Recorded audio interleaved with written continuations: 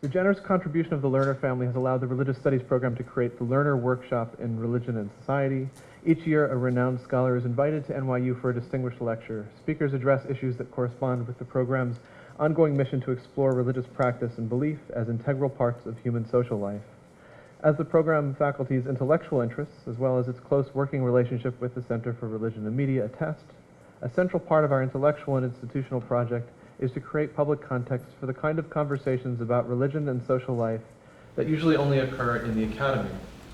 Just as religion is something fundamentally public, even when privatized, so the conversation about it should be as well. As our wide interdisciplinary approach includes anthropological, historical, literary, and philosophical approaches to the study of religion, so the invited speaker is asked to think big about the given topic.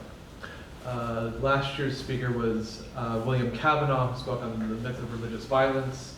The year before was Jeffrey Stout, whose talk, the title which was The Shadow of a Doubt, Hitchcock on Augustine, Freud, and Horrendous Evil.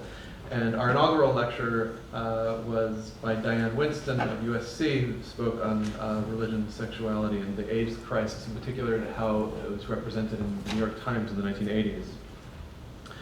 Before introducing the speaker, I'd like to thank, thanks to the Lerner family, whose son Jonathan was my student some years ago, for the endowment which pays for this lecture.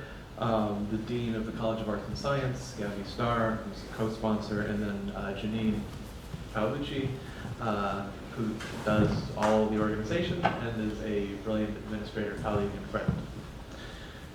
Professor Kathryn Lofton is Professor of Religious Studies, American Studies, History, and Divinity at Yale University. She's taught at Indiana University and Reed College, and she was a research scholar at Princeton's Center for the Study of Religion.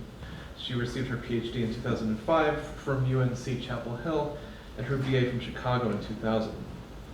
Now, when you look at Professor Lofton's CV, she's written a lot on a lot of different things, and it's all the more impressive because because she's still early in her career. I mean, scholars, we go very long, so she's done a lot already, and I think it's a custom now. I'm going to say it's a custom because we've done this for a few years, that I tell the speaker why they were invited. Maybe it's a surprise.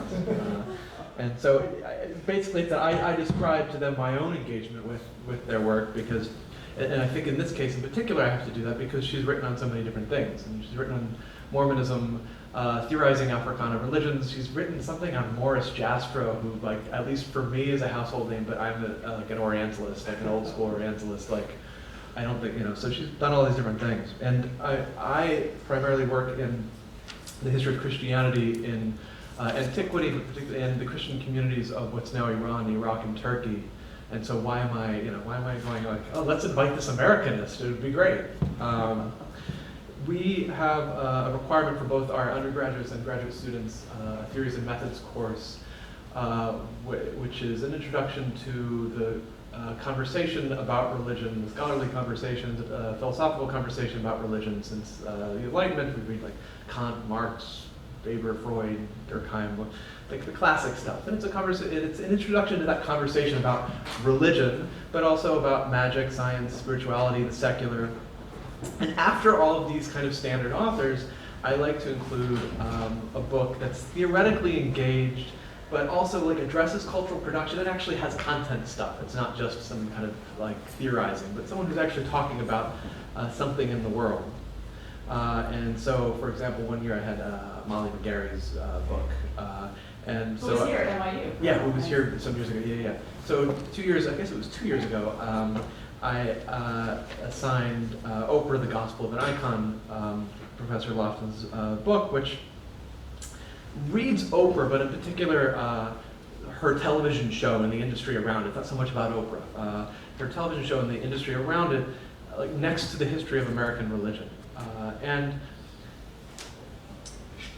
within our Theories and Methods course, we're one of the big points, one of the kind of goals in the end is to get students to understand how religion itself is a product of modernity, that religion is a modern category, This is something that's really been pushed, in particular over the last 20 years. But it was pushed a bit even more by Professor Lofton's professor, J.Z. Smith, whom she wrote a very nice piece about in the Journal of the American Academy of Religion recently. That religion is not a trans-historical phenomenon, but rather a product of various processes. And this means that religion is not a bounded entity, but it's something that's promiscuously linked to other realms, even godless realms, spaces where we don't usually identify religion as religion, but where we may say something is doing religious work. Now, when I say something's doing religious work, I don't mean to say that things that are like religion are actually religion, like, okay, baseball is just like religion, or nationalism is just like religion. It's rather that the point is that the languages, affects, sensibilities, mediations, and social commitments, or lack thereof, that we find in what has been called religion in the modern period have important resonances with other not so distinct spheres in our culture. The religious and the non-religious are not so easily distinguishable because religion, this thing, has no essence. Now, Oprah, the Gospel of an Icon, doesn't show just how Oprah is like religion, but it interweaves the story of the cult of O with, as she puts it, the cult of O with an older story, one of American religious history running from the Second Great Awakening through the Holiness Movement, but even up to Jeremiah Wright and the presidential campaign of Barack Obama. In the conclusion of the Gospel of an Icon, Professor Lofton provides a summary of a large part of her project in the book and how it relates to the study of religion in general, and I want to quote that, and then I'm going to let her speak. I'm sorry, I'm probably going on too long in the introduction. She says, quote, "I'm studying what we're watching and what it consistently conveys. For the field of religious studies, such critical attention is one way we sidestep the pieties of our objects in order to discern patterns in those traditions, sects, scriptures, and rites that correlate to other cultural objects. I conduct this particular act of scrutiny because it tells us about how religious forms are configured by and through the modern moment. From this investigation, I have found that whatever distinguishing marks we make between commodities and religion, they are, for all practical purposes, arbitrary. Our consumption and our religiosity can be described only in their infectious ritual commingling, both in their distribution and in their consumption." She claims later on the same page the, quote, "inseparability of consumer choice and religious option in the modern period." And this integration of religion into the market and other spheres in our own analysis means that how we see the secular also changes. Professor Lofton suggests that, quote, "the secular is not an absence of religion. Rather, the secular is religion's kaleidoscopic buffet." Now, there'll be food afterwards, so there'll be a buffet. So, that was a terrible segue. But I invite people to that. But right now, I ask you to join me in welcoming Professor Lofton, who will be speaking, giving a lecture entitled, "Do Not Tamper with the Clues, What the Goldman Sachs Group Can Tell Us About Religion."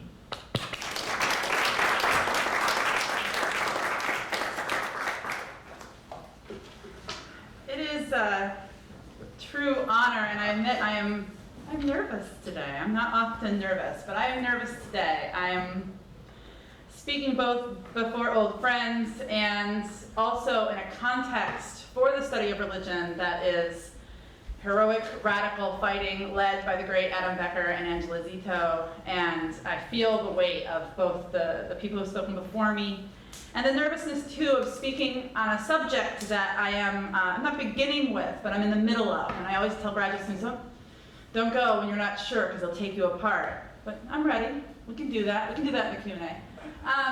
What I want to flag is that I intentionally choose objects that are publicly available.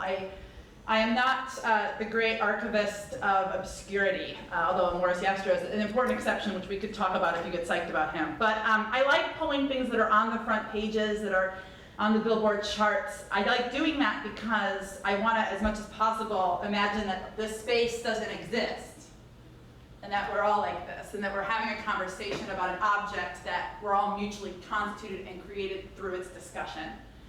So I want to say at the outset that if you're thinking as we go, no, yeah, write it down. Let's talk about it in the Q&A. I'll speak for about 45 minutes, and then I really do hope that you'll offer your own replies to an object which is, I think, probably familiar to all of you.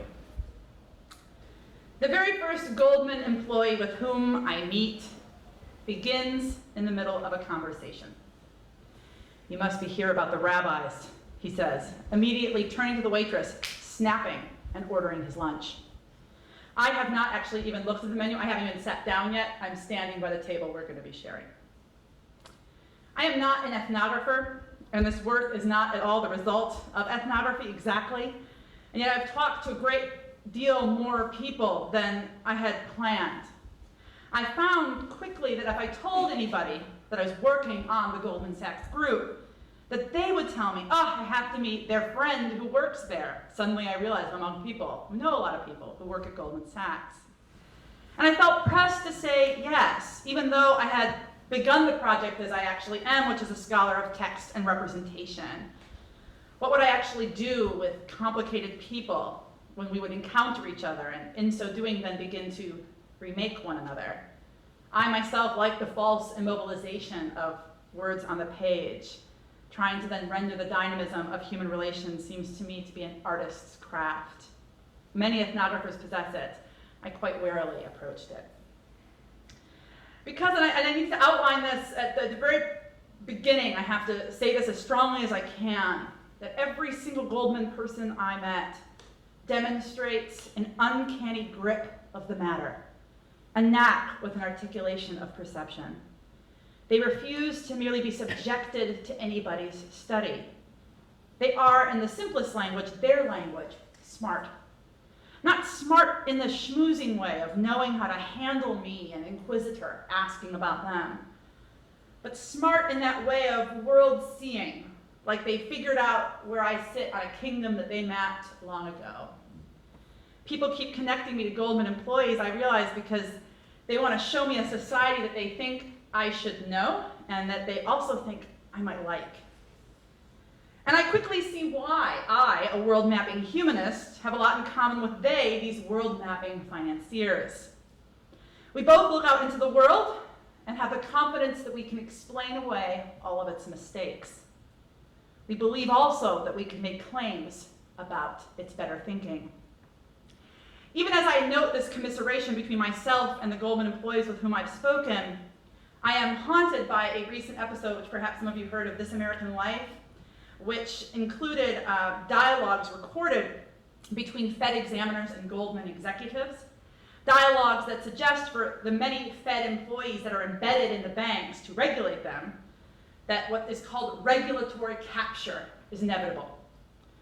Regulatory capture is the phrase commonly used to describe the situation where banks co-opt the regulators who are there to regulate them, a kind of governmental Stockholm syndrome. The psychological phenomenon known as Stockholm syndrome, which is also notably known as capture bonding, refers to a reaction in which hostages have positive feelings towards their captors, often defending and identifying with them. Humanists, I think, have a kind of strange relation to this concept, since sympathizing with our subjects and then trying to understand their logic as well as our own is a professional mandate.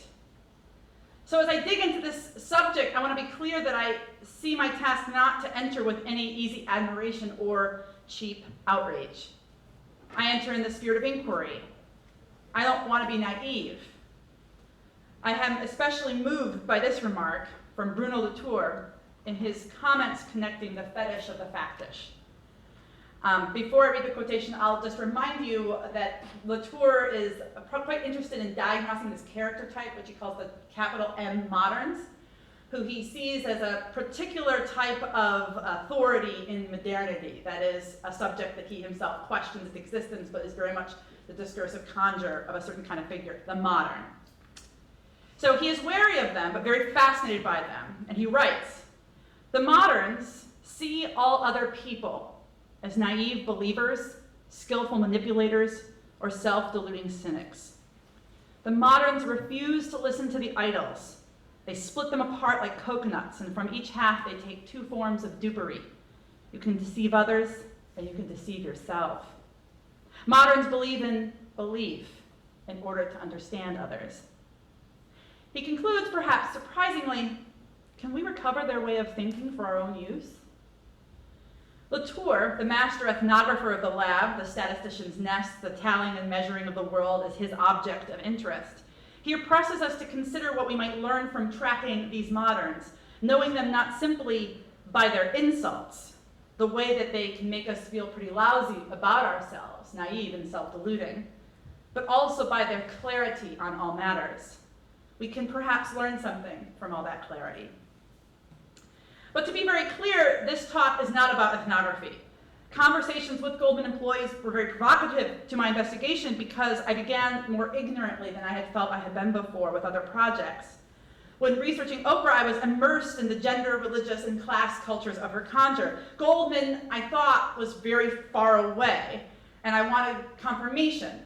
Am I seeing this? Is this what you do? Is this what you do? And I promised in every interview that I would not quote them, except for that one line about the rabbis, to which I will return at the end of the talk. Everything you hear henceforth emerges from the available public record of Goldman Sachs, a public record that you too could find very easily and you could use if you wanted to explore their operation as wholly reflective of our own. I took just a leap. I am trying to take their voice to you. Make your world something that can be understood through how they see the world. Know everything you can about the worlds in which you transact your affairs. Like many organizations, religious, educational, and otherwise, Goldman begins at work with a very simple supposition that you should know everything possible about what you want to understand. And like many organizations, monastic orders, and corporations, it imagines that once you actually understood, you really understood all that you possibly need to know, you actually will choose them, their way of life. Today I offer an initial portrait of Goldman Sachs with a specific emphasis on the aspects of its organization that I think tell us how it's been simultaneously very persistent in the marketplace and problematic to a broad public that seems to draw devil ears atop its every action. I focus in this talk on the discursive attributes of the Goldman workplace, on how Goldman understands itself and understands other people, sometimes known as clients, sometimes known as potential clients, sometimes referred to simply as our relationships, in an effort to sketch a portrait of Goldman Sachs that renders it less opaque to our accusations. I hope, in other words, to make sense of its sensibility, and in so doing, to begin to consider what its incommensurability tells us about our present age. Goldman Sachs was founded in 1869 when a German Jew named Marcus Goldman hung out a shingle, M. Goldman, and advertised himself as a banker and a broker of IOUs for the tanners and jewelers along Main Lane here in New York City. By buying promissory notes at a discount in the morning and selling them to banks in the afternoon, he enabled merchants to raise short-term working capital at attractive rates and at the same time to garner commissions for himself with a loan. These notes, originally referred to as trade bills, later came to be known as commercial paper. Commercial paper summarizes an ongoing transactional feature of investment banks. That is, an unsecured, short-term debt instrument is issued by a corporation, typically for the financing of short-term liability. Today, the Goldman Sachs Group is an American multinational bank holding company that provides a wide range of financial services to a substantial and diverse client base that includes corporations, financial institutions, governments, and high net worth individuals. It is a publicly owned entity regulated by the Federal Reserve. It covers about 2,750 companies and over 50 national economies. Goldman has been called the most profitable securities firm in Wall Street history. Understanding just what all that means, what does Goldman do, is one of the greatest problems in its appraisal by social observers and its regulation by governmental ones. As Michael Lewis recently noted, the financial system has gotten so complex that the regulators have to have it explained to them by the financiers who create it. There are scholars whose knowledge of arcane materials is such that publishers have a really hard time finding anybody who could responsibly referee it.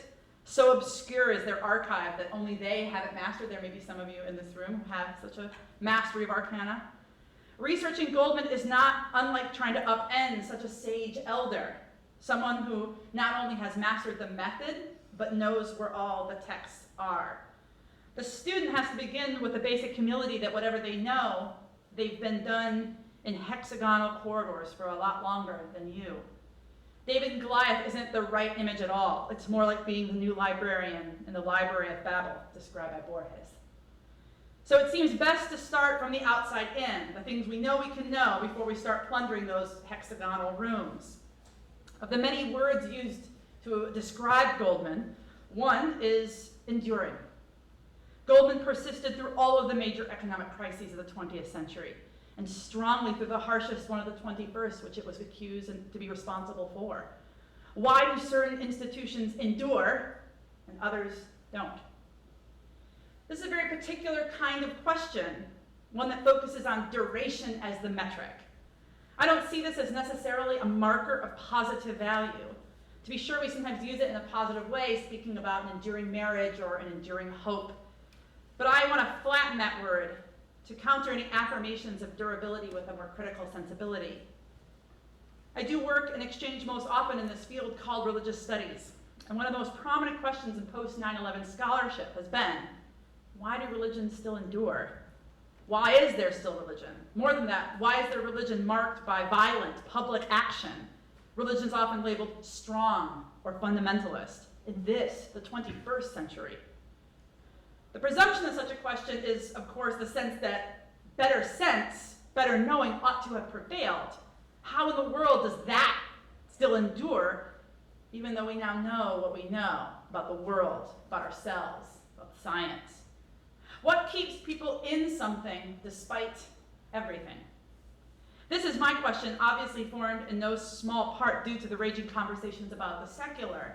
The secular that hypothetically removes us from the holds of tradition, of institution, of traditional relation, or institutional autocracy. In the midst of the sex abuse crisis in the Roman Catholic Church, many pundits ask, why do people still go? After hearing about yet another divorce, you may ask, why do people still get married? And after contributing to, being witness of, and being involved with multiple financial crises, how on earth is Goldman not just standing, but thriving, dominating, determining? I very quickly here connected many images of institutions, denomination, financial, relational. And then I want to add one more, because comparison should be a messy art, and that is our own.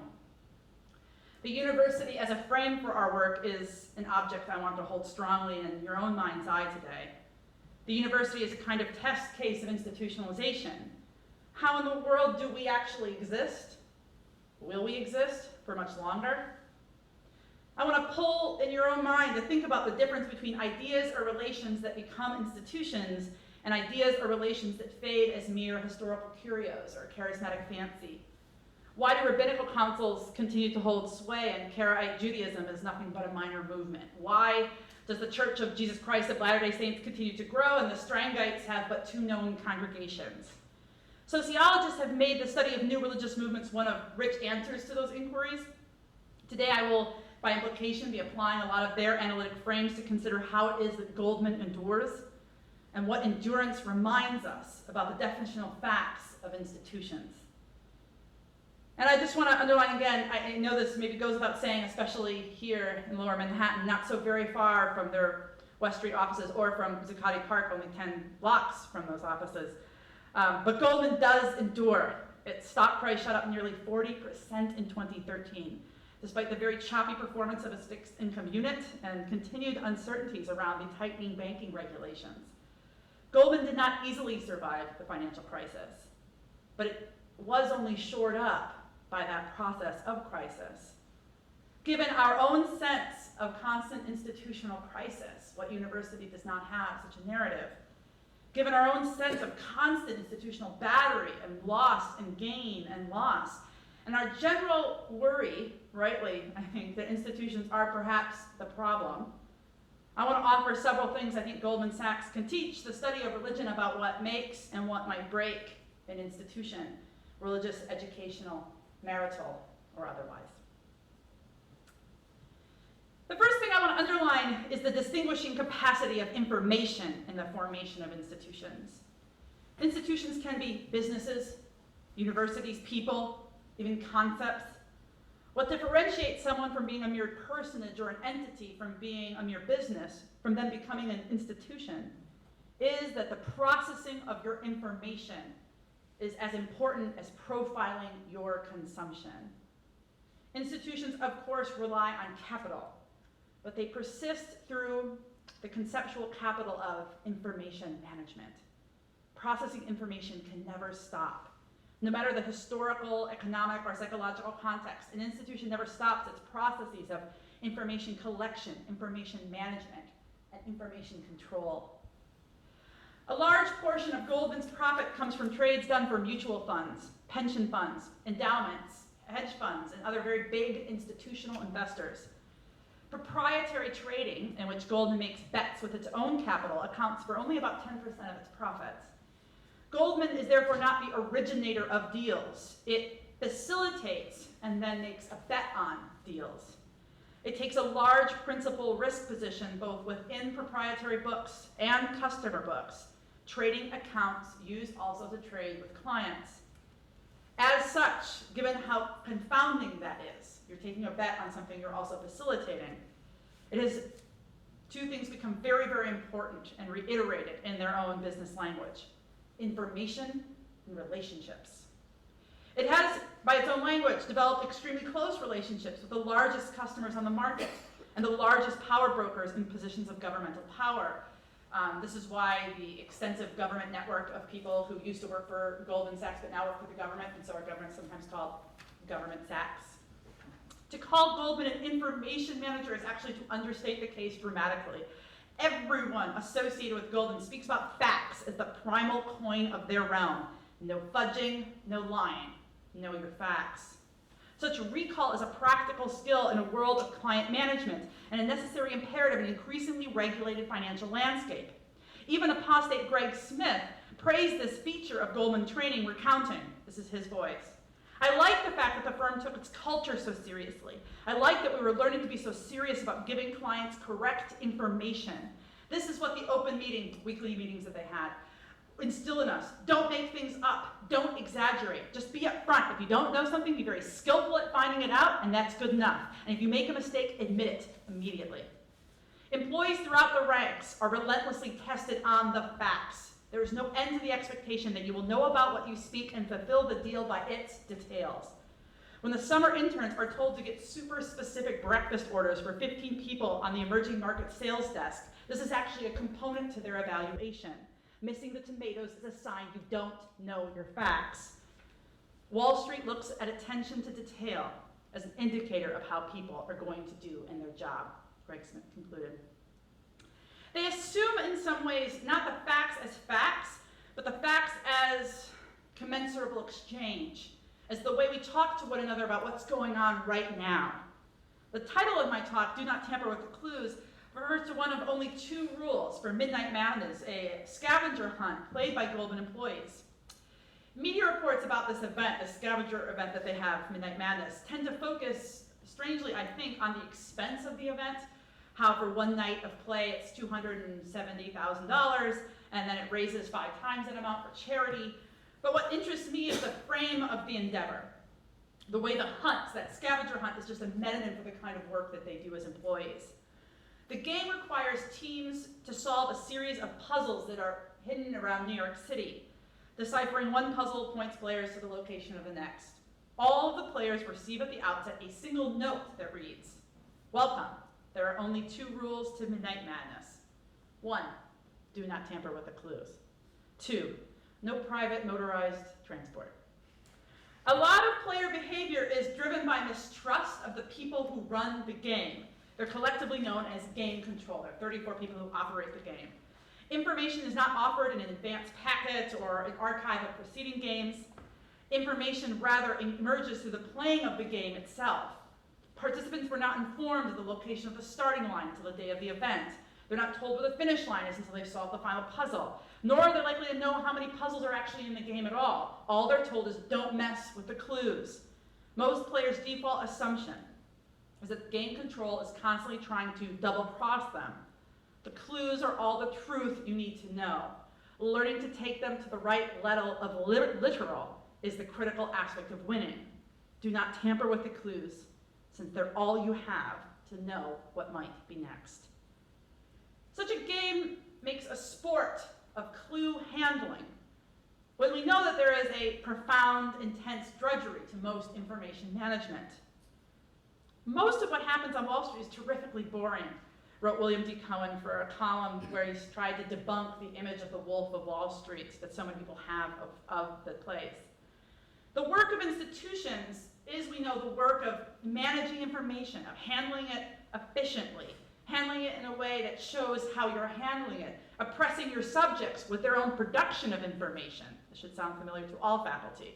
The production of information and its management becomes your determined relationship to the institution. This sometimes feels, yes, like an abstract puzzle. Sometimes it feels like the entire world has become an Excel spreadsheet. Although participants in the Chicago School of Economics could be described in many ways, a fair summary of their outlook could be hinged on a belief regarding the facts, namely that the prices of stocks and other financial assets are understood by the Chicago School to accurately reflect all the available information about economic fundamentals. The same school promotes the rational expectations theory, which posits that individuals and firms are hyper-intelligent decision makers who have a correct model of the economy in their heads. Facts here are object and profession. This is a very prescriptive vision for market conception and occupation, enjoining those involved to be not merely informed, but also dominant processes. You cannot exist in such a system unless you make facts a kind of superlative exigency, and you make yourself into someone who could survive any hunt, no matter the surprises, because there can be no surprises if you see the world as endlessly unveiling itself through prices, situations, and appraisals. As one commentator has written, the modern Goldman attitude that there was no conflict it couldn't manage, no complex product too complex, and few trades the firm should turn its back on, was bound to leave a bad taste in the mouths of people who were not a part of Wall Street. If you were on Wall Street, though, you understood that Goldman workers were agnostic toward the clues, toward the deals, toward the trade. Their only imperative was, in fact, that agnosticism. Take the facts, manage them, organize them, place them in layered deals, and keep them true to the facts that establish them. They are our rationality, our common grammar, and here's the sleep, the ethical supposition. The next feature of institutions I want to emphasize is the importance of critique.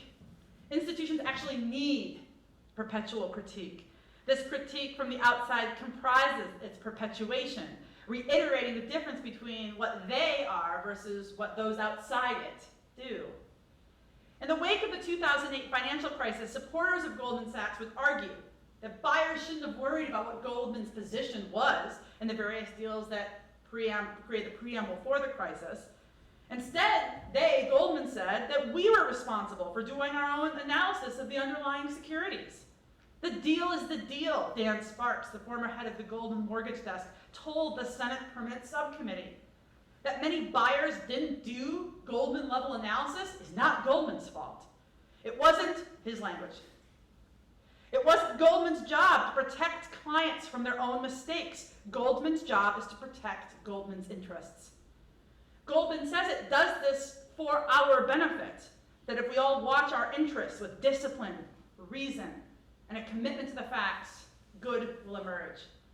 Here I just want to point to you the language of ethics and relational care that is repeatedly iterated in that list of 14 business principles that I distributed. This is a document that is constantly mentioned in the Goldman workplace and then reiterated by workers. The principles are memorized by new staff and are known and reiterated as principles when trying to guide decisions about particular deals. I'm just here highlighting the way in which the nature of the people is understood to be the best, and when you have labeled a best person, ethics will follow. We'll return to those claims in the Q&A, but I want to flag that as one of the establishing precepts. For Goldman, there is no concept of capitalism that is distinguishable from society, no concept of society distinguishable from the community of people established by them through relation with society. Goldman CEO Lloyd Blankfein explained this as a contribution to the common good. His language: we help companies to grow by helping them to raise capital. Companies that grow create wealth. This, in turn, allows people to have jobs that create more growth and more wealth. It's a virtuous cycle. We have, he says, a social purpose. For many people on Wall Street, such claims are not empty talk. A recent poll showed that by a landslide, Goldman was understood to be the best place for financial professionals to work. They are, as this report suggested, the understood to be ethicists of Wall Street, those who establish the standard of care, the standard of innovation and prescience by which everyone else is measured. I want to hold in temporary abeyance the reply that we may have that this must be a contradiction in terms.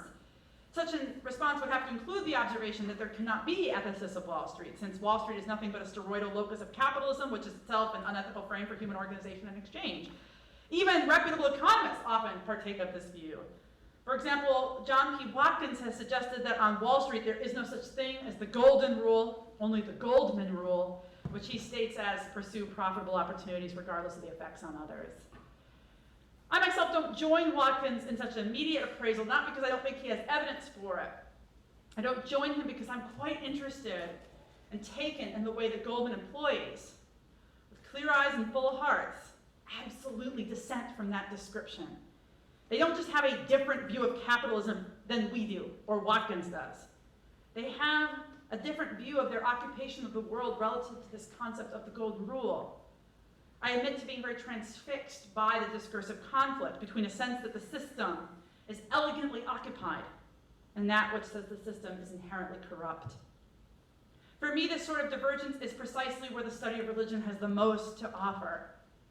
Emil Durkheim writes, "Sacred things are those things protected and isolated by prohibitions. Profane things are those things to which such prohibitions apply and which must keep their distance from what is sacred." There is no profane without the maintenance of the sacred. The sacred is established through its labored separation from the profane. Binaries can't be understood in static opposition as much as they are descriptive of kind of tense purlieu of their differentiation. This is how Durkheim understands the space of religion itself. That is, that space of differentiation between the sacred and the profane. Is it merely that financial institutions have a different concept of the sacred? Or is it that we don't recognize the extent to which we structure ourselves in certain agonistic postures in order to avoid seeing our own complicity in the system itself? Rather than running too quickly into that, I just want to state very simply that institutions, religious and not, need the antagonism of our reply in order to sustain their arguments for our good. As Goldman's reputation in the general public suffered in 2008 and 2009, several Goldman spokesmen began to invoke religious themes in their media appearances and public events. This is their international advisor, Brian Griffiths, and he said this in a 2009 crowd at St. Paul's Cathedral in London. "The injunction of Jesus to love others as ourselves is an endorsement of self-interest. We have to tolerate the inequality as a way of achieving greater prosperity and opportunity for all." In addition to, as he earlier did, describing his company as having social purpose, Lloyd Blankfein, again the CEO, described himself, yes, as doing God's work. While he later said this was meant kind of as a joke, he also told Vanity Fair that what's good for Goldman Sachs is good for America. Goldman's preservation of its own good, its inherent good, and its good for you, occurred precisely in the moment of its greatest evisceration. Perhaps the most dramatic assault came from a very lengthy article in Rolling Stone in which writer Matt Taibbi placed Goldman Sachs at the center of every market manipulation of the 20th century, and then called Goldman, quite famously now, a great vampire squid wrapped around the face of humanity. Taibbi concluded, "The bank is a huge, highly sophisticated engine for converting the useful, deployed wealth of society into the least useful, most wasteful, and insoluble substance on earth, pure profit for rich individuals." I want to be very clear, while I find both figures quite entertaining, I really think Taibbi is as absurd as Blankfein in this comparison. Both of them, one doing God's work, the other one making something into the sole reason humanity is dead inside, overstate, it seems to me, everything in order to compensate for the very confusing, muddling middle of it all. Blankfein thinks he's God. Taibbi is certain that Blankfein is himself the devil. Both need the other as their other in order to maintain their categorical differences. Goldman is in its position as an institution, not despite such critiques, but through the underlying assumption of them, namely that its power is so powerful that we need abstractions to name the nature of its domination. Critique is, of course, not just external to successful institutions. Durable institutions necessarily organize ritual frames also for internal dissent. Institutions incorporate a kind of radical discontinuity as component to the substance of the institution. All faculty groan inside, knowing that we do this, and yet feel constantly capped. We have faculty senate, we're allowed to speak. Where does it go? Where do those speeches in the faculty senate go? Nonetheless, they exist. There are spaces for dissent, for articulation, for outrage. The question of where that critique ends up is not the institution's concern as much as mocking up the possibility for your own radical interrogation of the whole you feel dominated by. Goldman is good at this. Their HR representatives like to say, you can't hire talent unless you're willing to let them be talented, a phrase I love and now use in all job searches. You can't hire talent unless you're letting them to be a diva. Let talent be talent. In his definitive history of Goldman Sachs, Charlie Ellis concludes, quote, at the heart of it all has always been the ability, this is him explaining why they endure, has been the ability to attract and keep extraordinary people. Of all the firm's competencies, recruiting is the most consequential. As John Whitehead, a co-head in the late 70s, early 80s, says with serene conviction, quote, if you don't have the best people, you can't be the best firm. But if you do have the best people and you train them rigorously, organize them effectively, and motivate them to do their best work consistently, you will be the best firm. This is what is repeated constantly. When I ask employees to differentiate Goldman from other firms, from Merrill or JP Morgan, I love sectarians, so tell me, what's different between you and them? And they all say, we have the best people. That's how they come in here to our institutions, NYU and Yale, and they grab the best. As Ellis explains, in most ways, all major investment banking competitors are equals. All firms want the same big money customers. They all use the same computers, technology, databases, airplanes. They all know each other and copy each other's strategies. So if they're all the same, what makes them different? It's the people that they con to get inside and how they organize them once they do. This to me sounds so much like the US News and World Report top 50 colleges and universities. What's really the difference here? It's who you think you got inside and then how you fetishize who they are once they're there. Goldman's own promotional language reflects this principle of competitive excellence in its first 4 words of its own public self-description. It says, Goldman Sachs is a meritocracy built on the belief that collaboration, teamwork, and integrity create the right environment for our people to deliver the best results for our clients. When we're recruiting, we look for people who believe will thrive in this environment, prioritizing quick thinking, passion, and communication skills above specific qualifications. That's why they'll take art history majors. They want passion, the capacity to communicate, think quick on your feet, keep track of the facts. And once they get in, Goldman organizes their workers in a way to promote criticism. The only way you can lose your job at Goldman, I always ask, how do you lose a job? Is because you're seen to be passive, not willing to point out mistakes, not willing to be critical. See the weaknesses from all angles, cut the deal to pieces. We may want to think they drank the Kool-Aid, but like many traditions in which we are quite familiar, the Kool-Aid doesn't just kick off obedient silence. Recall the end of Jonestown, as a woman who later would commit suicide is calling out that this isn't right, Jim Jones. This isn't how we're supposed to go. Criticism isn't excluded from religious orders. They find ways to mechanically incorporate it into the ritual experience of the community. You'll see on those business principles I handed out a move between a passionate promotion of creativity and an investment in teamwork, a sense that the institution needs its revelation, but it also needs them to be obedient to its bureaucracy. I was telling a colleague at Yale, Ellie Stern, about this culture at Goldman. I said that what everyone also remarked upon was that no matter how rigorous they fought each other, I was telling this after a faculty meeting where we had some disagreements. I was saying, you know, at Goldman, they always say no matter how bad the debate is, everybody says that they're always nice. That a hallmark of Goldman employees is that they're really, really nice. This is not an image of frat boys kind of fist bumping at a strip club that they've made the 11th floor into. These are people who are committed to a common decorum by a kind of rigid kindness. Ellie sent me this quotation from an 18th century Lithuanian rabbi who was a founder of the yeshiva movement. The rabbi writes, "It is permissible to argue with our great teachers who now lie in the ground, but whose well-known books are still with us.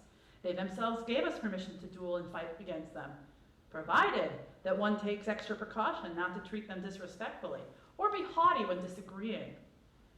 This captures to me exactly the way that the form becomes the controlling feature of the environment. Recruitment focuses on trying to identify individuals who can be, as they say, culture carriers, a phrase that's used to describe people who could deal with clients and colleagues in a way that preserves the firm's reputation. Thinking back to our own hiring in our institutions, think about how debates about a candidate's excellence also become always about this mysterious language of fit. Do they fit us? Do they fit with our institution?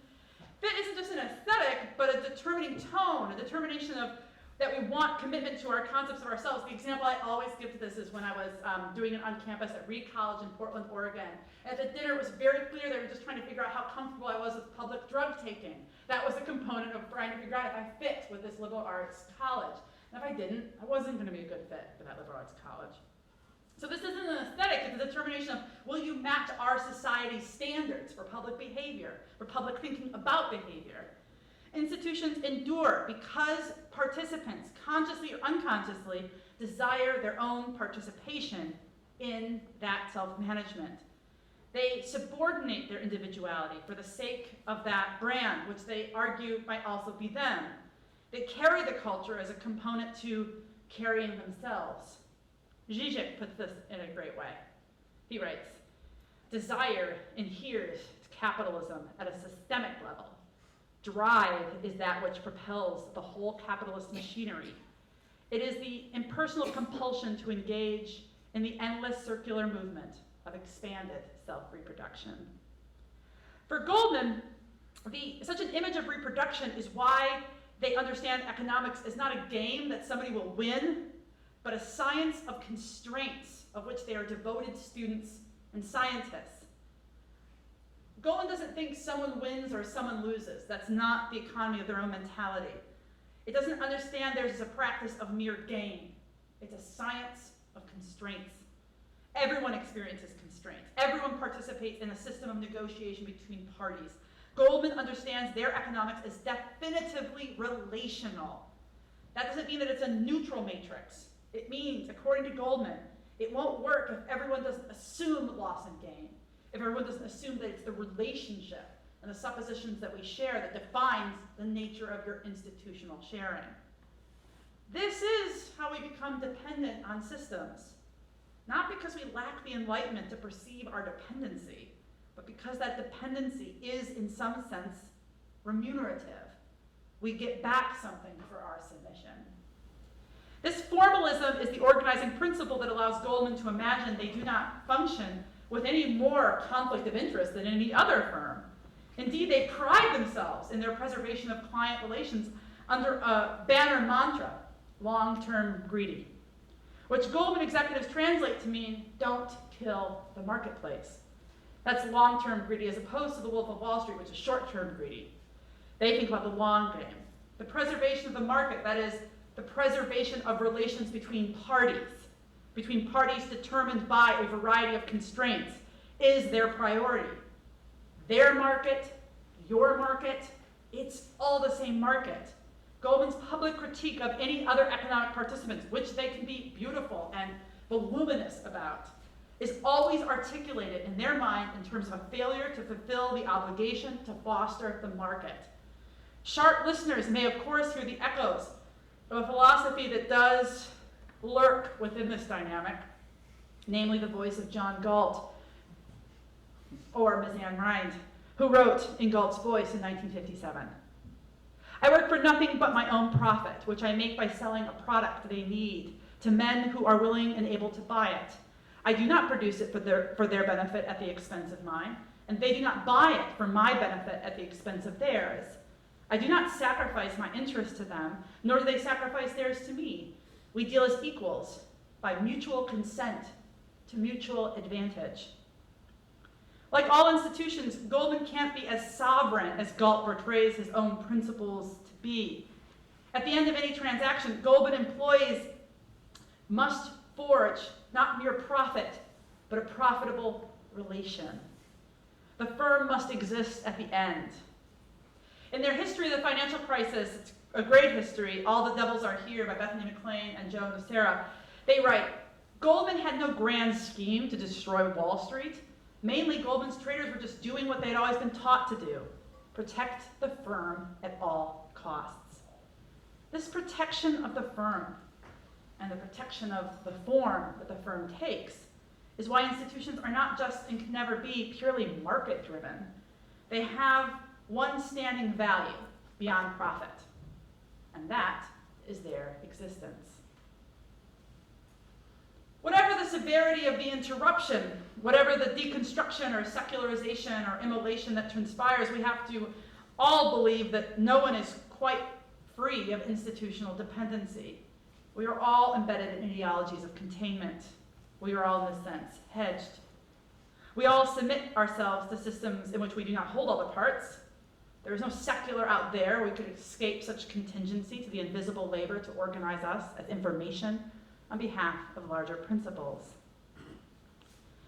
For more than 2 years, Goldman Sachs' reputation was under fire for its alleged role in the financial crisis. Alleged, I use in honor of their own account. One August 9th, 2012, finally, the US Justice Department announced it would finally not prosecute Goldman Sachs after extensive public hearings. In response to the DOJ's announcement, US Senator Carl Levin, one of the authors of the bipartisan report from all those hearings, said in a statement, whether the decision by the Department of Justice is the product of weak laws or weak enforcement, Goldman Sachs' actions were deceptive and immoral. I find this a sort of stunning act of lame cowardice. I issue a report detailed in its details, and then the DOJ makes its decision, and then the senator stands up and says they were deceptive and immoral. Who is confused here, Goldman or the government asked to regulate it? It is, let's not worry about them. I think it's for us, for a public, to decide whether Levin is quite right to punch Goldman right before they go on their way to domination, for them to be catcalling as they take off the cuffs.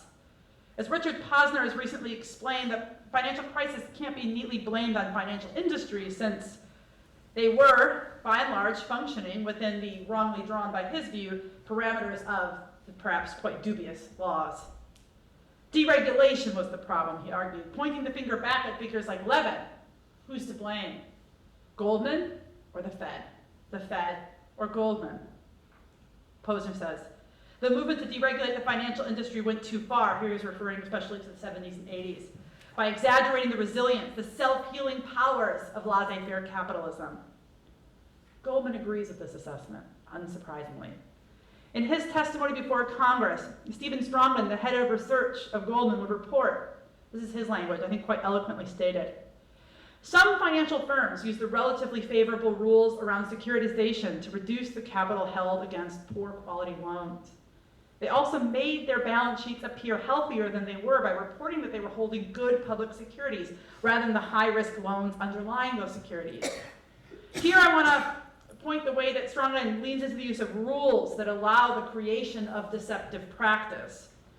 How the construction of the appearance of health is something quite within the terms of present regulation.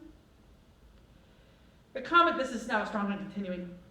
The combination of these actions taken by some financial firms left the system undercapitalized and brought the balance sheets of all financial firms into question, regardless of whether a specific firm had actually engaged in these questionable strategies.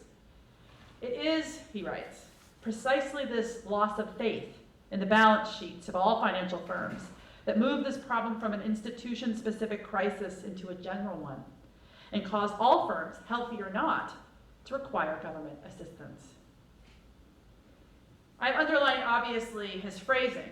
It is precisely this loss of faith in the balance sheets of all financial firms that moved this problem from an institution-specific crisis into a general one. I want to underline that, first of all, Strongman's conclusion is that is brought by liberal and conservative economists, that what occurred was a series of decisions, but then there was a series of loss of faith. I underline this concept of belief as essential to institutional survival, no matter the context. Why do you keep going to church? Why do you stay in that marriage? Why do you buy a house for which you cannot afford a down payment? And why do they sell it to you? Faith creeps into the answers clumsily and embarrassingly, because maybe there is a good there, because I want to believe. The roots of credit and faith, evident in the general appearance of financial services today, constitute what Marika de Good calls the genealogy of finance, whereby our confidence in money is established by all kinds of religious and artistic representations.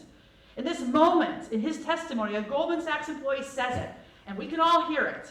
At some point, what we do ceases to matter. That is Goldman. What matters is what you believe about what we do. suggesting in this moment that institutions can't be institutions unless somehow, despite ourselves, we latch into them and believe in them. Let me turn now to a conclusion. One way to explore Goldman as a subject for students of religion would be to consider in depth the organizational operations of the company, the way that Goldman is, as I said before, a kind of total culture to which its participants gladly, to borrow from their many staff blogs, yes, drink the Kool-Aid.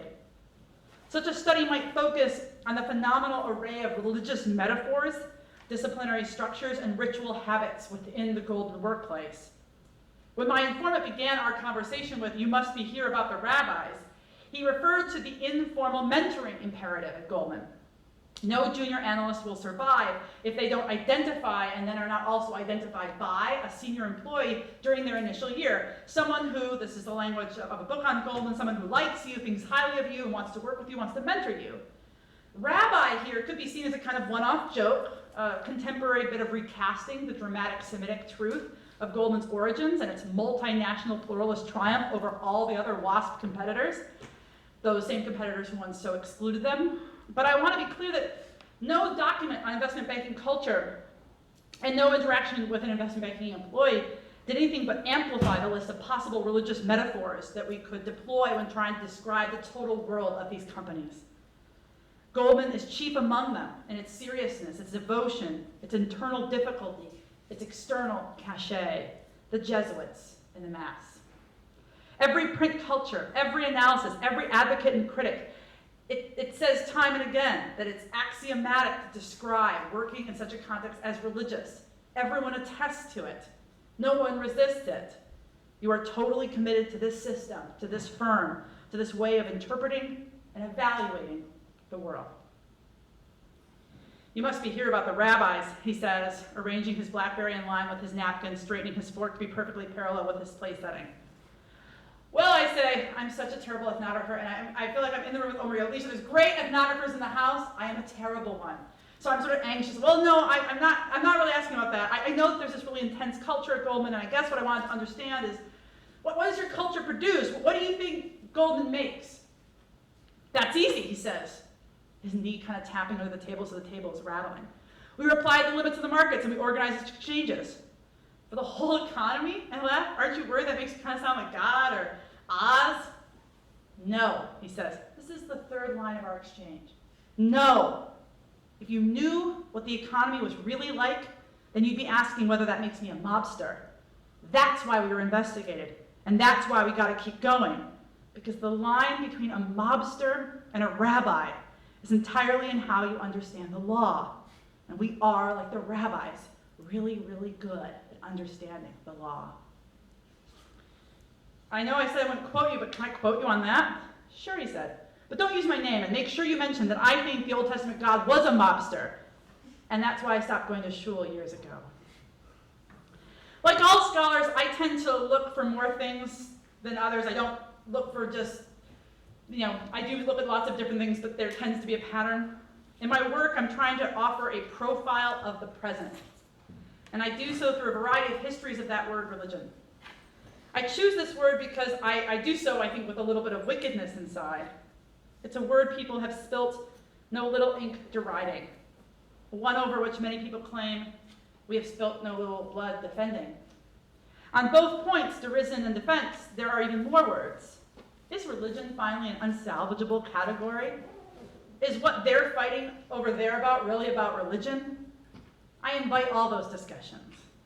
I invite your own sense of what religion names in this time and place. I invite these discussions because I think if we actually try to have them without presumption, we may begin to reply to both the derision and the defense. We will, in the words of one of my teachers, begin to imagine religion. The thing I find most moving about Goldman employees, either in reading their vast testimony before multiple national governments, consuming their web presence through blogs and message boards, or finding in their apostate literature accounts of their experiences, was the way they felt so unabashedly proud about their work. In religious studies, we might remark upon their tonal piety. We try to reach for that word, piety, to describe the way they can be simultaneously very wakeful, very critical, very thoughtful about every deal, and yet never question the soundness of the overarching excellence of the institutional enterprise. This is a really good place to work, you hear time and again. These are good people, smart people, people that work to the maximum of their capacity. I close my talk today to observe. I find this moving because I spend a lot of time with academics. A guild of people that I don't just have small admiration for, I'm pretty obsessed by. I became an academic because I actually liked academic people. I liked their very nervous habits, their roundabout ways to answering all problems. I liked that they were vaguely marginalized, but also totally institutional. I liked how principled so many of them felt about their work. And I felt that they were able to practice within capital a kind of common good. Yet perhaps predictably, as I became immersed in the institutional frame of the academy, as I became not merely subject to it, but also an instrument of it, as I became institutionalized, I found more and more people who really hate where they are. That their institutionalization had not elaborated their relation to the cause, but in fact revealed the central corruption of the enterprise. At Carolina, Indiana, Yale, I heard and hear the same thing, righteously, clearly. Disgust at institutions they believe have wandered far from the ideal that drew them to this work. Some of them are near apostates, some of them are still devoted servants, but they are rightfully perhaps diminished by the corporate decision makers and legislatures and just awful chairs. I'm sort of weirdly charmed and intrigued by people who like so much where they work. And we could, of course, very quickly say, sure, it's uxorious. Yeah, they like what they work. They make $380,000 a year minimum. But I want to block out the question of remuneration because I think most people join the academy not to imagine the paycheck.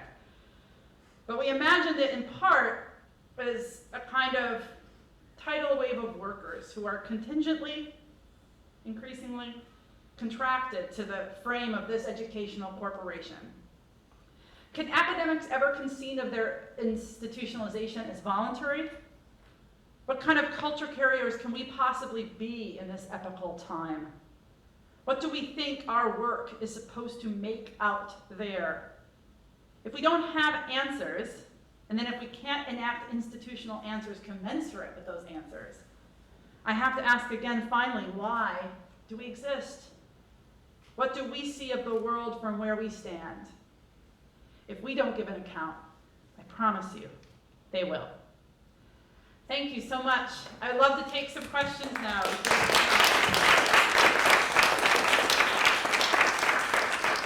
And not questions, I'd just be really interested in comments, or Adam, I don't know if you want to take over. No, if you want to make any comments, just your own observations.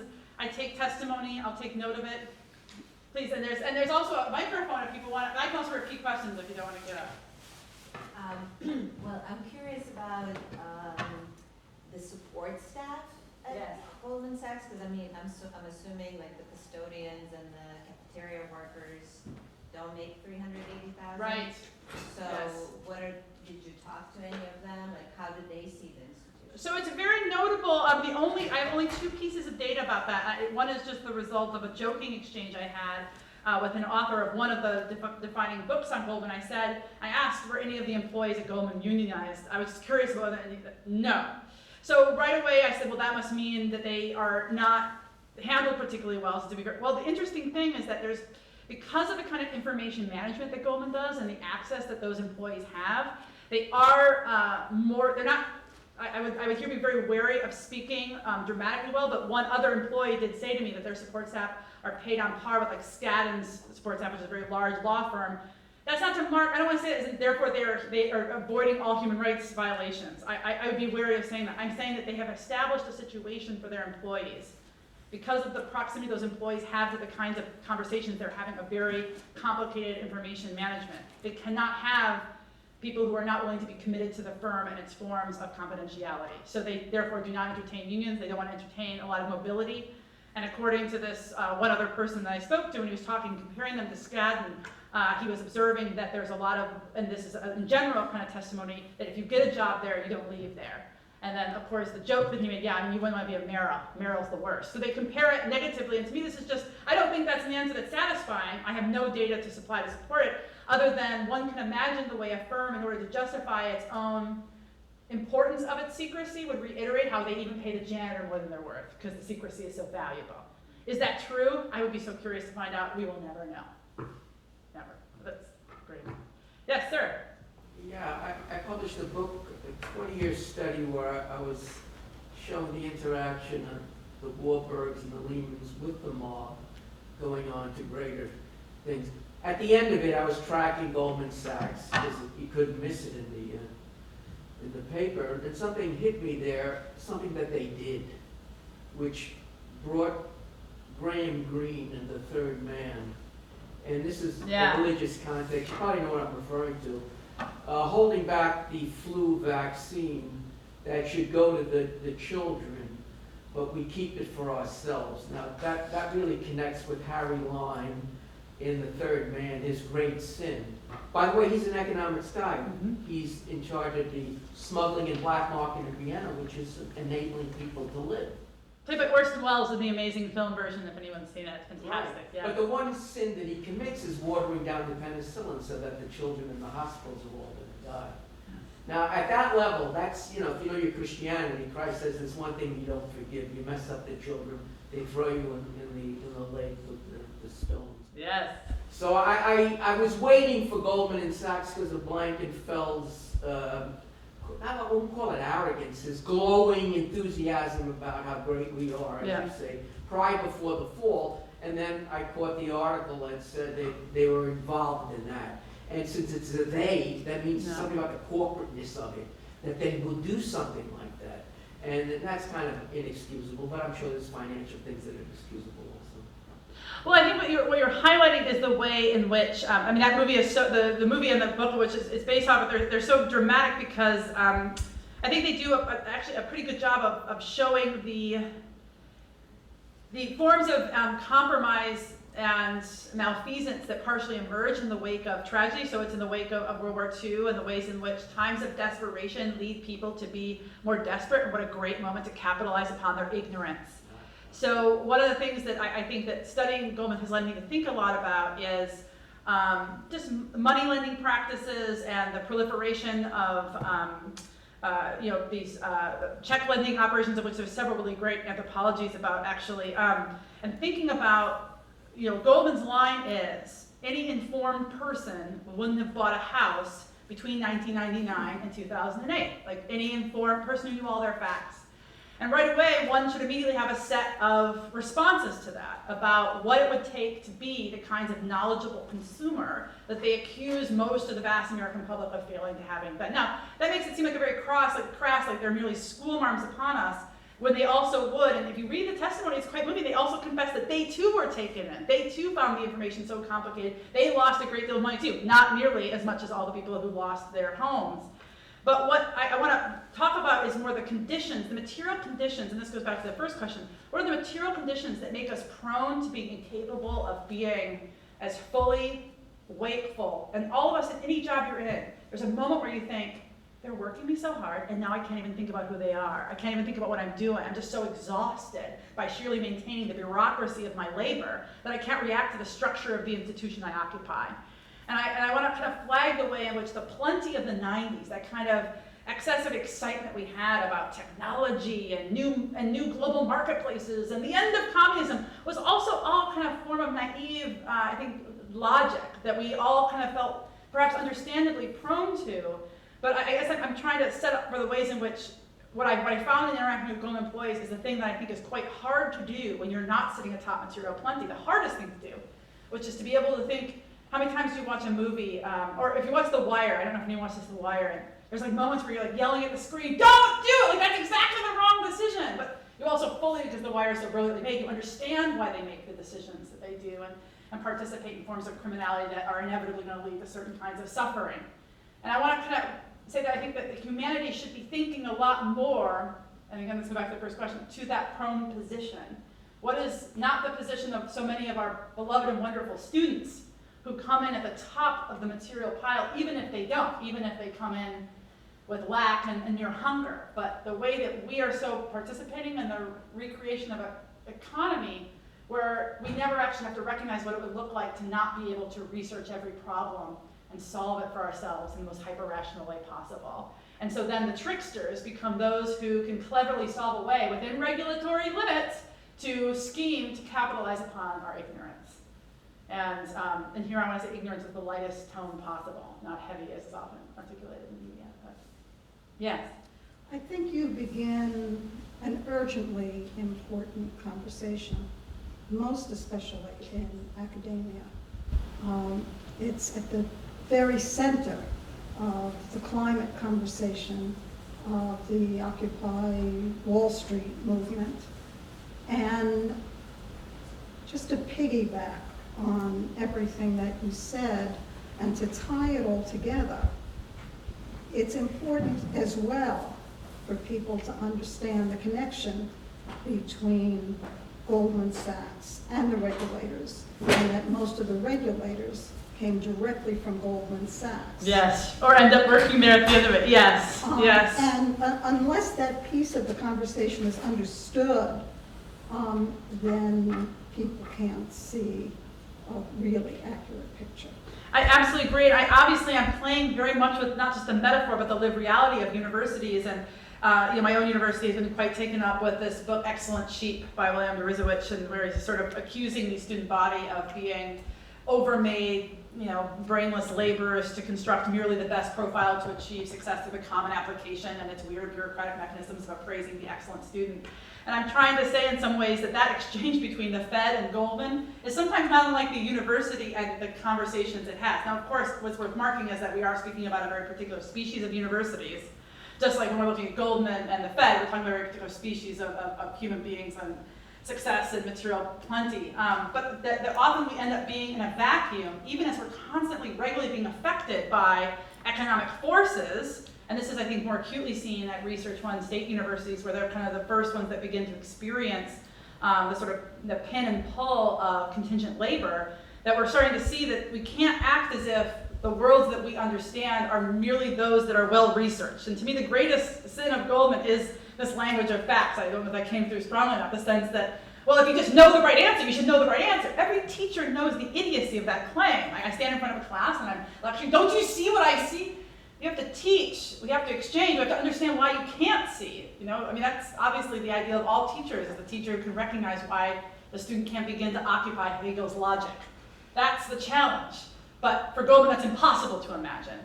And I think for a lot of economists who are well-meaning and good people, who are not flashy Leo DiCaprio types, they're just trying to reason out an unreasoned world. But so are a lot of professors, thinking they can reason out the ignorance of the masses without ever once wondering, what is that mass? Why can't they see? And I think that this excellent sheep conversation, however kind of privileged and grotesque it is, does press to light the way in which we maybe be right now, as the university experiences, I think, a particular historic moment of crisis that's not unrelated to the sociology of students that we are attempting to interact with, understand, and hopefully transform. I'd like to, again, piggyback on what you just said. And the reason I think the conversation you're beginning is so urgently important is because the economy actually began to change when Harvard began teaching that the only thing that was important was the bottom line. And it didn't matter how you got to the black. Kill your mother to get to the black, but get to the black.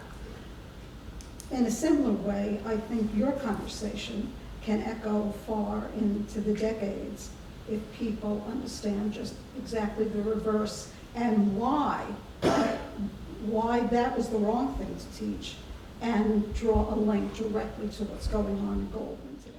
Well, and I personally think, thank you, but it's so hard to do, and Michael J. Sandel has written some about this, about the total conversion of all the human sciences to market logic, even to justify its own thinking that once upon a time was supposed to be far removed from that. What is the market logic of understanding to the lighthouse? And yet Sandel points out all the ways that not only the market out there, but the markets in here do that. I just think that's very hard. I asked students just last week in this religion and technology class that I'm teaching to try to name a way of understanding the purpose of their college education that had no remunerative or teleological value. There was no end to it. What's the reason you're here that does not have an end attached to it? That is, it was what, I didn't intend it to be so hard, it's just they kept on saying, I was actually just asking them because we were doing a media fast, and I was asking them, like, what makes life so stressful that you're constantly on Instagram? Like, tell me why you have to do that. And so I thought, okay, let's backtrack. Like, why are you in college? All right, why would someone be in college? It has nothing to do with being a professional someday who makes money and pays off.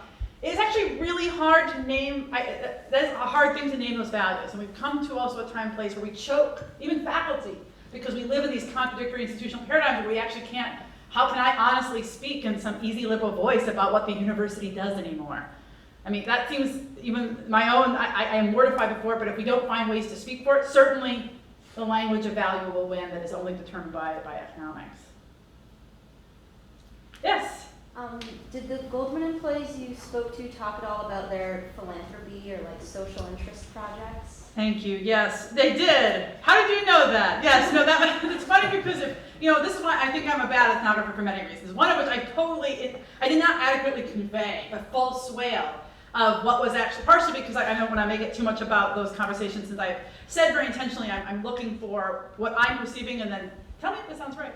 But many of them prepared lengthy speeches, either one doing something that I thought was totally amazing, which was sort of lay religious studies, where they would come and tell me how they think that there's some combination of Shinto and medieval Roman Catholic Church, or that they think that they're more actually sorcerers and they're actually they're sorcerers and magicians more than priests. Many of them came in thinking they would Google me and be like, okay, I'll tell them. I'm telling you, they figured it all out, and they would come in with some like J.R.R. Tolkien version of who they were. And I love it. Okay, so that's just dreamy. But then the second thing they would do is they would speak at length, thinking I was doing a project more about the sort of, if any of you read the Hobby Lobby decision, you know that one of the key things the Supreme Court notices in trying to argue for the religious freedom of corporations is that they do act in these highly benevolent ways. And so if you read the details, they say, well, listen, I mean, corporations are one of the key ways that good things happen in society now, and they do so not for their profit, but just to help the world. Isn't that what religions do? You gotta love this. They're trying to figure out what's a religion now. They help me out a lot. They're like, anything, give the corporation. Great, okay. So to say, yes, they have the Goldman Sachs Foundation, which is headed by several, it's notable that it's headed by a woman. There are not many divisions at Goldman headed by women, so they often first would promote it to me because they're the other reason they thought I might be talking to them is to find out about their diversity ranks, which is true. I am genuinely interested in that. And they would say, oh, well, the philanthropic arm, and I was like, well, that has a long history. And yes, women are very good at philanthropy. And then they would note the projects that they do, and one can be, I think, quite impressed and intrigued by some of the efforts, and I'll just flag one, and then I welcome if you know about any of their efforts, I'd love to hear about it. They have a website, you can go to it, but one of the major things that they're doing is trying to ready, let's say, they're trying to ready countries that are not fully on the electrical grid to move towards getting off fossil fuels for their power. So Goldman is at the forefront and putting a lot of money into getting people towards solar power, geothermal power. They're putting a lot of money. That's our future. I think if we survive long enough, they might be right about that. They certainly have a vision. And they're doing a lot to put solar panels into parts of the world that otherwise do not have full access to forms of grid utility resources. And I just note that philanthropy is but you notice that philanthropy is not, it's not impure of their investment interests, because as anyone who's been following the case of their work in the Scandinavian countries, they've caused quite a controversy in Norway by really dominating the fuels marketplace there, to the upset of the people who feel as if now Sachs has become their government. It's a source of controversy because they go and try to dominate energy marketplaces within small countries so that they can prepare and convert them to this new type of energy, which they are the sole source of, since again they also control a lot of the manufacturing materials for those new technologies. So the philanthropy seems to be an accessory to, you can see how to me this is not like Oprah, who all of her philanthropy had an O on it. It's sort of an extension of the brand, but it's also not. It's also genuinely helping people. Yes. Have you encountered them at all in the philanthropic? I read something weeks ago, so don't quote me, but they had apparently put like $9 million or some basically paltry amount of money for Goldman Sachs into recruiting like a non-profit that's very innovative to help prevent recidivism on Rikers Island. And then if they succeed, the city pays them back. So it's like a measurable thing. Yes. Like they can very easily measure how well they did based on the rates of recidivism, and then make money back on this small amount that they put in. Yes, what's your name? Eden. Eden, I have to tell you that, this is a whole area I haven't gotten into and I want to write about, which is the thing that the Goldman reminds me the most about in its philanthropy is actually the Church of Scientology. Because for those, and there's comrades here who also study and know about the church, that one of their major things is trying to have measurable influence on the criminal, the addicted, the maladjusted, which for them moves everywhere from dyslexia to crystal meth addiction to prisoners. And Scientology has been one of the more effective modern religions in pervading those spaces and providing healing therapies, which are all therapies very tied to the L. Ron Hubbard system, which as we know is not cheap to enter into. And Goldman, to me, a lot of, if you look at the list of philanthropies, I had not heard of that one, but there are a lot of things related to seeing people stay off drugs, seeing people having measurable effects that then train people, and hypothetically also train people in how to insert themselves more rationally into the marketplace. And so, you know, these are things I'm not trying to be cynical about, because although one can be very cynical about the deal cut with New York City, one can also imagine what the positive effect of diminishing recidivism would be. And so this is the difficult dark territory we deal with when we deal with corporate benevolence. Yes? If Balzac was right when he said that every great fortune is based on a great theft, Yeah. and if Thomas Robert Malthus, which I know was out of favor for a long time, is right about our use of resources outrunning general resources, and I think I think in the last couple of decades, Malthus has come back in being reputable. In light of that, could we possibly view Goldman as maybe a sophisticated mafia boss? What I'm thinking of is like the back door, the way through AIG, how the money came to Goldman through AIG. It's a sophisticated mafia operation. Yeah, so the man I spoke to who I quoted was, I mean, he would say, yep, and in the conversation we had that unfolded was great. I mean, he knew The Sopranos much better than I did. I got tired after a while, but you know, there's a sort of fascination with, the reason I raised that is, you pose it, and I don't know your own tone around it, so you can correct me, but we would often say, well, that's malfeasance. But I'm, of course, trying to capture the way in which we're fascinated by that form of malfeasance in such a way that we have to ask our relationship to it. So many of us may never be in situations where we get to water down penicillin or basically funnel already dirty money 1,900 times until it gets to the dirtiest possible conception that Deutsche Bank gave us the bad advice about. But we might not be in those positions, and yet I think that we're all prone to be hypnotized by the forms of cleverness that take to getting around the law within the law, and I think without accusing them immediately of obvious malfeasance, that's what the congressional hearings were about, whether or not they found rightly, whether or not the DOJ was right not to go after them and charge them with criminal, I would not be the person to be able to adjudicate that. Most people agree they did not have the grounds, given the state of regulation, to do that. So let's say that Goldman did nothing illegal. Then the question is, I think we all though have a relationship when we're watching The Sopranos of feeling like perhaps good is being done even though we know things are being done illegally. Do you see what I mean? Sometimes we mark the mobster as the only moral man in the business. They're the only one who get to actually do right. The law is actually holding us back. And so I want to flag the way in which Goldman itself only conceives of itself as a mobster insofar as being clever about the law is the strategy of survival. It's not cleverness as much as it is knowing the limits of a given case at all times. And I think a lot of us would see our own occupation in the marketplace as also functioning at those edges, or at the very least we have romantic desires to be at those edges. So I think by bringing us back to the university, I want to think about our universities. My hardest thing is our universities and faculty, particularly within it, there's other categories of person to be fighting. Are we doing as much as we possibly can to be thinking about the edges of our legal imperative? Are we working hard enough to think about the strictures of our bureaucracies and whether or not we're really fighting within them? I think some faculty are doing that better than others. I certainly think our students are pretty good at doing that. I think that the reaction to Occupy, just to return, how many colleagues that I sit around who just said, oh, they just didn't have a plan. And, I think that's just such a typical sort of, comfortable liberal reply. that disorganization was their problem, as opposed to trying to think about what forms of radicalism do you have the capacity to do, but you just don't do because it's just too exhausting. So, I love the mobster metaphor. I want to keep on playing with it if I keep on doing this, just because I'm interested in ways in which, of course, also the mob, and what always gets to the mob is, tax evasion. I love that as a line. Adam, have you had a question? Well, Yes.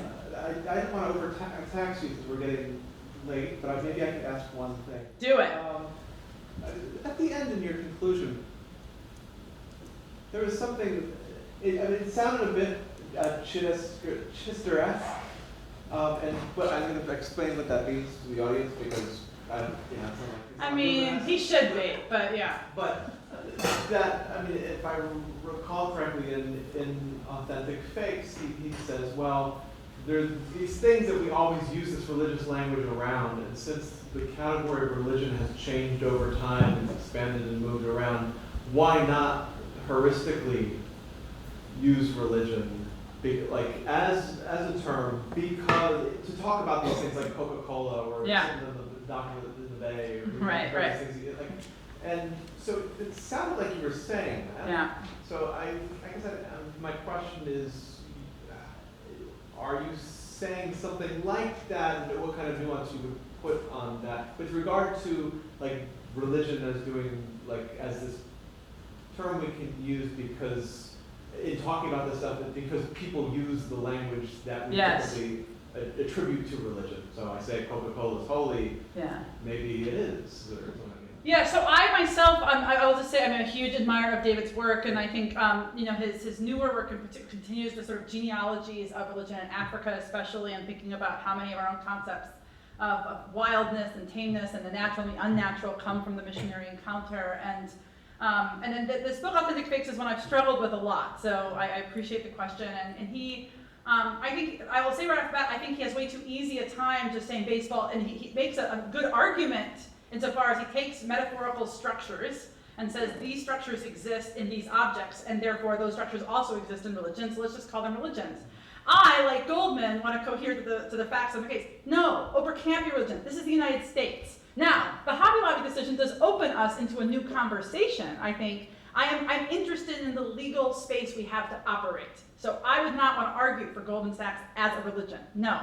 I'm asking whether or not the ways that it does create common systems of value and reproduces those through community rearticulation of them is not an interesting case to help us try to figure out what does religion look like in this present age, where we know that by all statistical measure, adherence to those groups we do give 501c3 status to are diminishing. So there's just no sociologist alive who's going to tell you that those churches who are getting tax benefit as churches are just exploding. They're going to say something like, well, it's shifting. So, people are taking their piety home. They're going to talk about mission. They're going to try to talk about that sort of para-church pervasiveness, the combinatory. We're going to come to new language, and there's beautiful thinkers on this. But I'm saying, let's all agree, because I work also constantly with my own students who are organized religion out. So then what does organize our values now? How do we conceive ourselves in communities? Those are the two primary objects. I would never myself want to make an argument for religion other than I use the language of wickedness because they are so interested in using it. Goldman would have no problem using the language. Oprah viewers have no problem. You see Tina Fey in 30 Rock where she says, Oprah is my only religion. There's no problem with them. I, as a religious studies scholar, say, whoa, that vocabulary itself becomes so sloppy. I collect when people call things religion in popular culture, and I get like 19 hits a day. The things that people want to... True detective was the thing I just got. Somebody said true detective, which I found, what religion could emerge from true detective? I just want you to think through that for a minute. But, because it is partially about a ritual killing. So just flag, that's all to me, on the one hand, a kind of sloppiness I don't want to participate in. On the other hand, let's just say it's an interesting sign of these occupational times that language has become so easy to hand out. And so if it's so easy, let's try to get a little bit more organization around it and say, when I look at Goldman, I see a form of community that organizes itself and reorganizes itself with great mobility and persistence. I'm interested in trying to think about how that does or does not have to do with our concepts of religion, which usually do involve the persistence of traditions. Most of us would say that persistence has come to a different moment in its historical fork in the road. So where is the concept of tradition now, in this time and place? So I'm just curious if this endeavor has sort of shed any light on Wall Street's kind of sunny West Coast inverse, which is sort of like Silicon Valley. And I'm thinking of like Google and Apple produce something that's so intimately familiar that we have some sort of affection for them, whereas Yes. Goldman and Wall Street are so opaque and people are just confused and then suddenly they've lost their hope. Like, and it's just sort of Yeah. very open-endedly if this is. I think the example I feel the most comfortable traversing, or I would be interested is, that's like this, is thinking about the ongoing commitment to Facebook, despite all of our thorough cognizance of what it does with our information. And so I'm sure you all heard about this new one, it's called Elo or Elu, I'm sure I'm saying it wrong, I don't, anyway, so there's a new social media, and it's entirely promoting itself like the antinomians of old. We've solved the problem of being surveilled. And so there's a new sectarian posse on the block that's gonna pull you away from that particular degradation of the sacrament and insert you into a new system. And I would just say I'm interested in, and I would love to read any ethnography that was about how people speak about their relationship to those mediated spaces, given their own sense that, someone was just recounting in this class that I'm teaching about something I didn't know about, and I'm sure everyone who's on Facebook does, how you're constantly cued, that if you want more hits, you just like pay $1, like they'll, and they advise you on when to post, they advise you how to use the machine, but also that they will, especially for organizational Facebook pages, they will say for a small amount of money, we'll make sure you'll get this many more hits. Just leaving the question, what are you doing right now to keep the hits? What are the various, so it's interesting, despite the fact that we know we're a part of some machine we cannot fully understand and may be quite dubious in its relationship to your data, we still continue to participate in it. To me, this is helpful as a way of talking to students who don't understand why people are still Catholic. They literally cannot understand why you would still be an Orthodox Jew. Why would you keep being a part of something that subordinates women, or that has put a pretty broad set of, it's a disturbing case material about child abuse. And I want to say, well, we all participate in things that we're not so certain either A, of what ends can be done in the mysterious back rooms of their management, and also we participate in things all the time we don't fully understand or totally agree with, but we do because of this remunerative relational quality. And I think social media is the best example. Well, we do it because actually we get something from it. In addition to self-abuse and self-loathing, we also get, that ongoing relational possibility. So that's a long way of saying I would be interested very much in reading people who would dig into Google. I think Google that's the kahuna, that's the Harvard of this all. What is its mind about our relationship to it, and its management of information. I think that's a great case. I don't know as much about it and just because I've been teaching Facebook all semester. So yes. Someone else behind, yes, you sir. And Did you develop any sense about the nature of the relationship between Goldman Sachs and the Obama administration? Because I've read in many cases it's exceedingly close. Yes, it is. And if I was to write a book on this, I would have a whole chapter about that very question. I will simply affirm to you that, one of the things, what are the many ways we use to describe Obama? Well, one of them is rational, unflappable, reliant on academic counsel, but wary of people who haven't put it into application.